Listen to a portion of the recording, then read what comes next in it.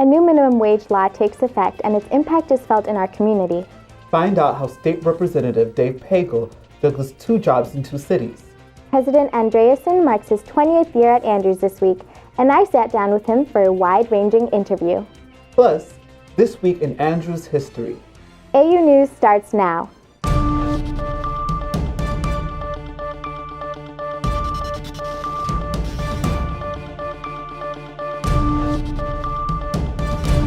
This is AU News.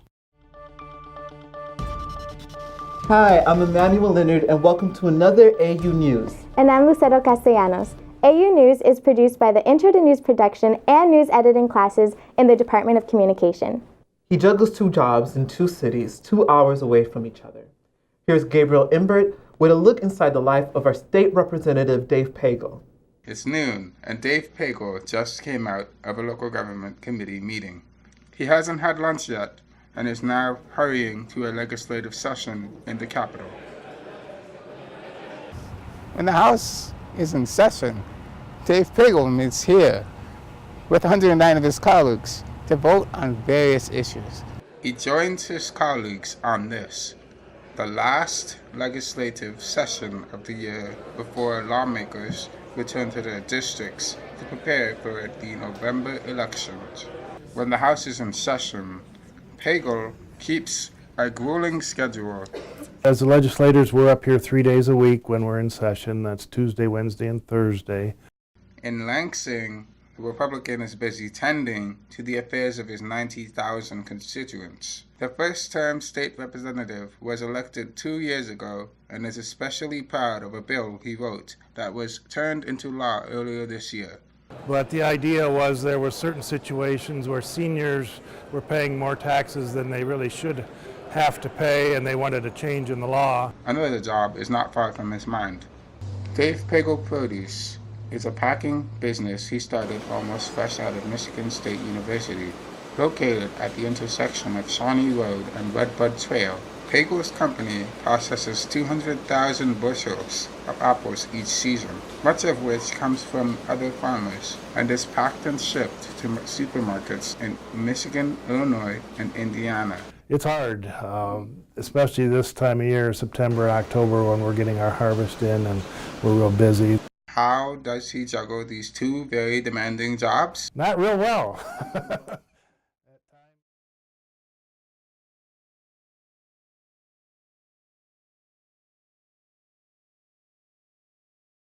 I've got a great crew back home. They've been with me a long time.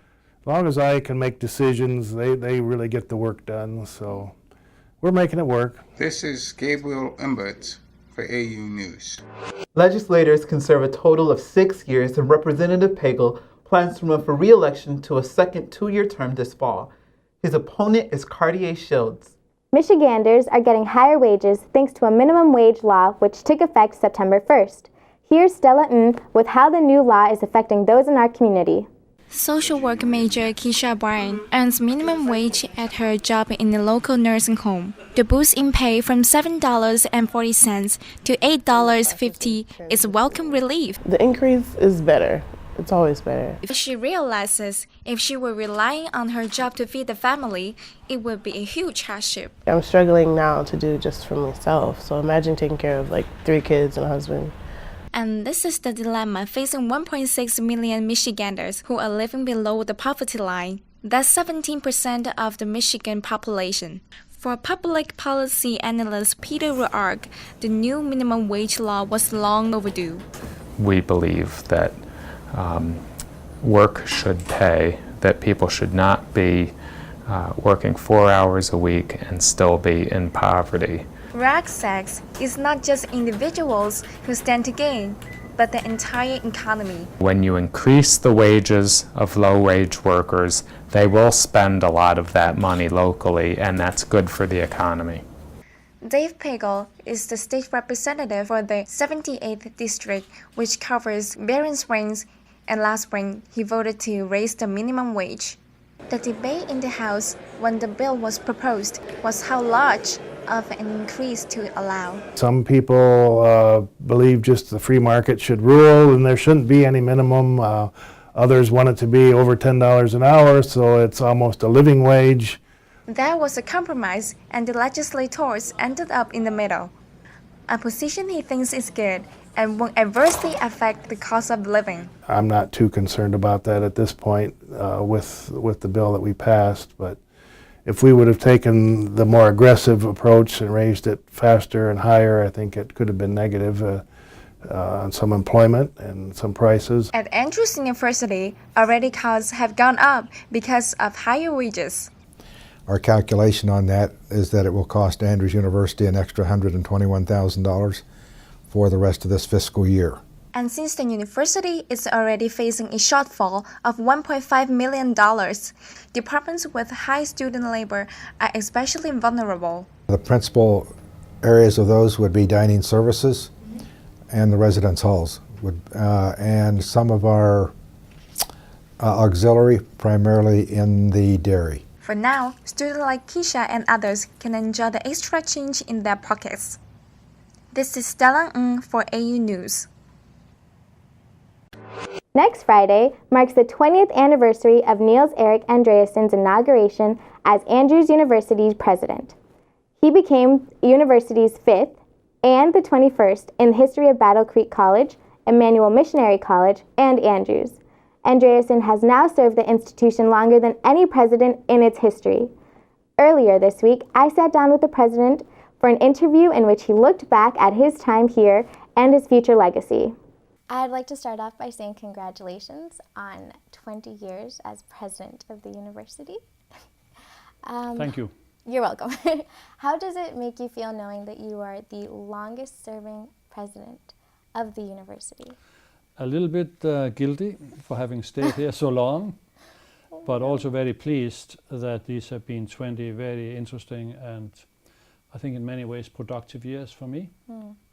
And so I never did count the years, but now that they have come and gone, I'm actually pleased because I discovered when coming here and before coming to Andrews, I was president somewhere else, that it's very difficult to do much in a university as a leader if you have very little time to get it done. Everything takes time. Right. And so 2 or 3 years, you just barely get started. A longer period, whether it's 20 or less, is much better. So you were a student here once. Yes. How would you say the university or the campus is different from then and now? Well, in many, many ways. At that time, I lived in the Garland apartments over here and walked to campus. This building we are sitting in now did not exist. The seminary building did, and I studied there. So the physical layout of the campus was very different. There was a road going right through campus and up to the Lamson Hall and to the church. It was not a good thing, driving cars and students walking on the same road. Right. So it's a lot better now. And some very visionary presidents and managers before I came here have laid out the campus in what I think is a beautiful way. So that's the physical part, but of course there are other changes, programs and people and new degrees and many more students than we had at that time. So it's a whole different institution. What are some of your fondest memories as a student at the university? Well, I came from far, far away. As you can hear, I'm not born in America. I speak English or American with a Danish accent. So I came from a small country. Denmark is very small, to a very big country.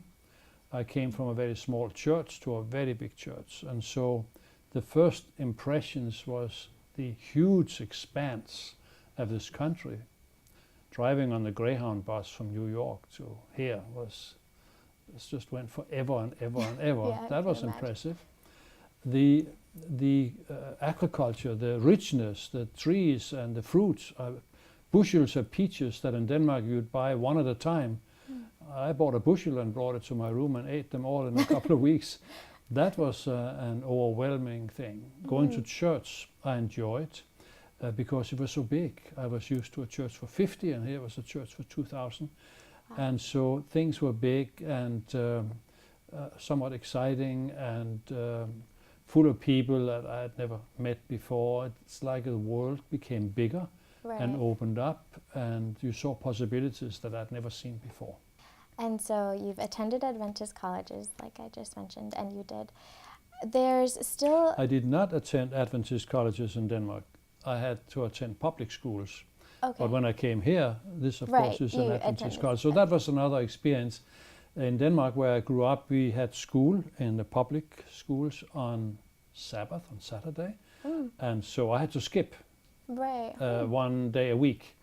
And it was always a problem going back to school on Monday, knowing what happened on a Saturday in the class. I had to figure that out by reading the books or talking to my friends and so on. Here it was so easy. I went to school the same day as everybody else. Right, and you got to rest on the same day that as everybody was really else. Nice. Right, yeah. You had mentioned earlier that you were president at Walla Walla. Yes. So what led you, or why did you accept to be president here at Andrews? Well, the students at Walla Walla kidded me a little bit at the time because I was there exactly 4 years. So I came with a freshman class and left with a graduation class of that group of students. And probably it was not ideal to leave after 4 years. I was in the middle of some major development work there in the sciences, a new chemistry department, in engineering, what we call STEM. At Walla Walla was in development, and I was right in the midst of it and didn't get it all finished, just part of it. Also, I was interested in developing the library resources there. They were an old building, and so there were a number of things that I had hoped to achieve with the help of my colleagues, of course, and develop that institution. And how far can you get in 4 years? So I decided to come in spite of that, largely because I was intrigued by the international character of Andrews University. Of course, I'd been here as an international student, but I'm very interested in international education and what it can do. And I think actually, even at that time, 20 years ago, I believed that the future of good education would include an international perspective. And so here it was offered to me, and I said, well, I must do that because I believe in it so much. Now, back in 2006, the Board of Trustees had asked for your resignation. Yes. And they did receive it, but then they ended up asking you to stay. Yes. So talk a little bit about this time period and how you just got through the confusion, I guess you could say, of it all. Well, that's complicated, and I have made a promise to myself that I wouldn't particularly talk about that. Oh, really? Because I don't know yet how to say that exactly right by everyone. But my idea has always been that the president serves at the pleasure of the board. And so, I mean, that's in our constitution and bylaws, and so the board can ask for the president to leave, and they did. And I said, okay. Okay. You asked me to come and you asked me to leave, and so I'll go someplace else. And I was actually in conversation with another place at that time to go someplace else, which would have been interesting as well. So that was the way I took it personally. I think the board, though it has every right to do that, made a mistake in not sorting out amongst board members themselves what it was they really wanted to achieve. And so it was a bit awkward that 3 weeks later they asked me to come back by board action. Oh, okay. And I remember saying to them, well, I would consider that maybe, but only if there was a formal vote in the board asking me to do it. I would not come back in through the back door. Right. And so the board had a meeting, I forgot exactly when, and they took a formal vote. And at the end of the vote, the chairman of the board came to me and said, "You've changed our mind, you've taken the formal vote, it's, I think, practically unanimous, would you please come back?" And I thought about it for a little bit and decided to do it because at that time I was in the middle of trying to do some jobs. The entrance was being planned, okay, the dining services were being planned. I was working with a major donor for millions of dollars to endow chairs and do things on campus. And I thought probably it would be a good thing to finish that work and then continue my service at Andrews.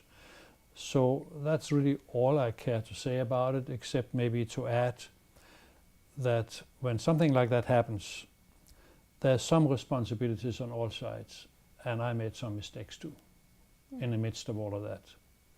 I don't think I made a mistake in responding to the board's request for my resignation, but I think I could have done some things better all around. It was not an easy period. It's not always easy to be president, and so stuff happens. So you had mentioned international education, and from the beginning you were one of the early supporters of international distance education.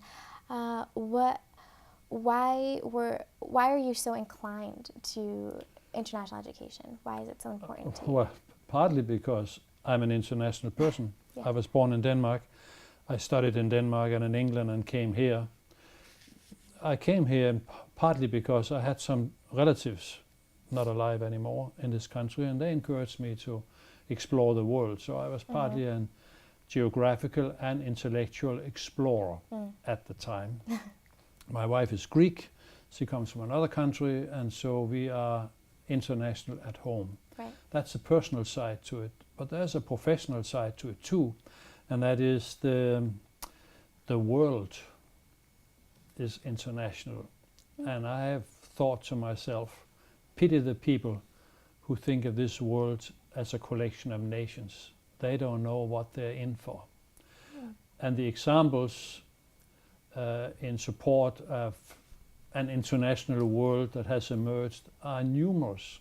The latest we talk about is health. Ebola, well, that is an international problem. It happened in one country and they can't fix it, so now people are coming from other countries, America, England, France, Germany, with their equipment to try to address that complicated thing because, well, for humanitarian reasons, but also because the world is simply too small for us to ignore in one place what happens in another place. That's health. It's the same in social relations and social structures, same in the economics, same in politics. Everywhere you turn, even literature and art is becoming international. So it's not possible in our time to live one's entire life within the red lines around a certain country on the map. That has passed. We have red lines around certain countries because of government and all sorts of things. But our life is reaching beyond those red lines. What you have on now is probably manufactured in China. Or someplace. It may well be. So this is the world in which we live, and this camera equipment, I suspect, come from someplace, I don't know where exactly. So I think if this is the world, and we are preparing to live in the world, then our preparation has to be international. I think every American should be bilingual or trilingual. It's not so difficult now, and you can travel, and I think we should prepare for jobs that cross the borders. I think we should travel. I think every college student should have a touch point with some other place in the world. I'm proud that graduates at Andrews getting a job and meeting their colleagues in that job can say, right, you're from Brazil, no problem. I had a roommate from Brazil. I know about that. That kind of readiness to take on the world after graduation is something we ought to learn while in college. And Andrews is a splendid place to learn that. Yeah, it really is. Currently, we're dealing with low enrollment. And I'd like you to talk about how you see Andrews growing even through this low enrollment time and the troubling issue of this. Yes, I don't know exactly how many students we have. We do a count on census day, and this year the count was 3,418 on census day. And when I came it was 2,747 or something like that on census day. So it is somewhat variable, and that is troubling because we had planned on more students being here. than what we have. We also have distance education, and these students study differently and pay differently, but we have, I think, 4,800 in there, of school students and university students with Greeks. So there is a lot of flux in enrollment, and that is making it difficult to plan. How many dormitory rooms, how many classes, how many freshman English classes, how many teachers do we need? So yes, this is a real challenge. But I also want to put perspective on that. It has been changing every year I have been here. So we've had 20 changes in enrollment, some up, some down, some more or less steady. So I don't want to panic over it either, just to say, what can we do to steady it as much as possible? And here's a suggestion. You can help us. You know, we have many more undergraduate women than men in college. 45% men for 55% women. I don't know why that is. So where are the men? Bring them in. Charm them to come. They need an education just as much as the women do. That's not an Andrews problem, by the way. It's a national issue that women are more ready for college nowadays than men. It used to be the other way around. If all the men would come who have missed out coming here, so that we will have the same number of men and women, our enrollment problem would go away for this year. So this new programs, specialized programs, graduate programs, such as the one you are now engaged in, that will take you to a television place maybe in Chicago. Some of these programs, I think, are new things that we need to bring to the campus to supplement the traditional programs we've had. That and international students who have a vision for an international education coming here from Asia and South America, Brazil and places like that, I think is going to be the student population of Andrews in the future. It'll be a global university, and that global perspective will, I think, strengthen our enrollment, and hopefully the young men will come and have fun with college with the women who are here. All right. There's another troubling factor, which is the skyrocketing prices of just college in general, and then especially private colleges. And there's some students who question whether or not it's even worth paying for private education, because then they end up in debt and having to compete for employment in a tight job market. So what can Andrews do, or what is your plan, I guess, to help the students in this predicament? The plan for next year is that tuition cost will increase less than 3%. To some, it's like the inflation rate. Now, but it's true, the increases have been much higher in the past and probably too high. So there is this problem, and everyone has tried to figure out why is it going up so high. And there are many reasons for that. One is what we are looking at. College used to be sitting in a lecture classroom with your teacher, a blackboard behind, and taking a history class. Now we need laboratories for science, communications, technology, such as what you have here, computing science, and it has become expensive. The teaching that used to be a class with a teacher and a blackboard is really complicated. That's part of it. Also, education is highly regulated. The number of staff people we have to make sure we do things right is enormous. We hire as many staff persons as faculty persons who don't teach, but they do other things that have to be done.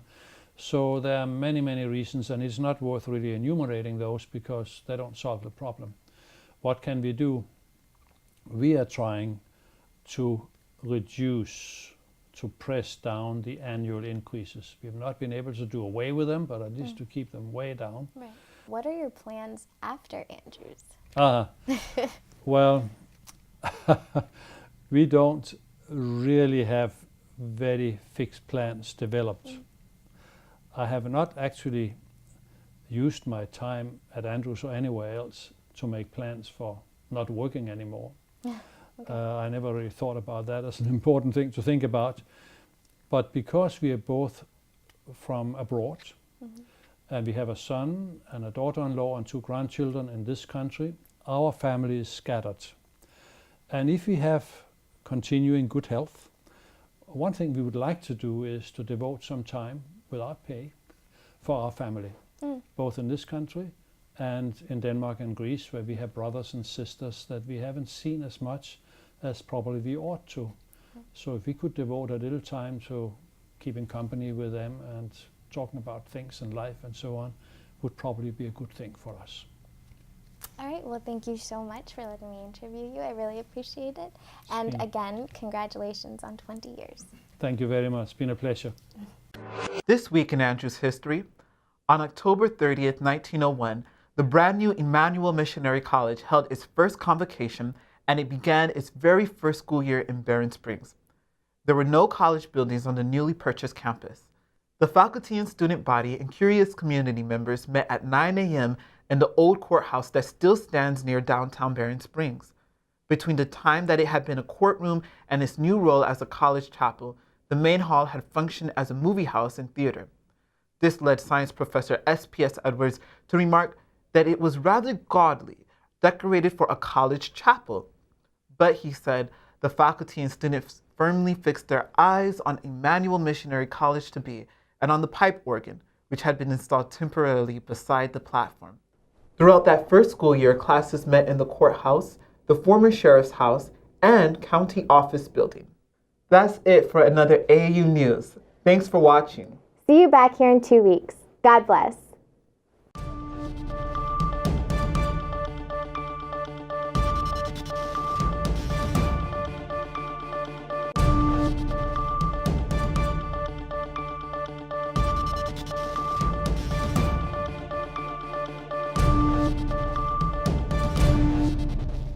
Working on your book.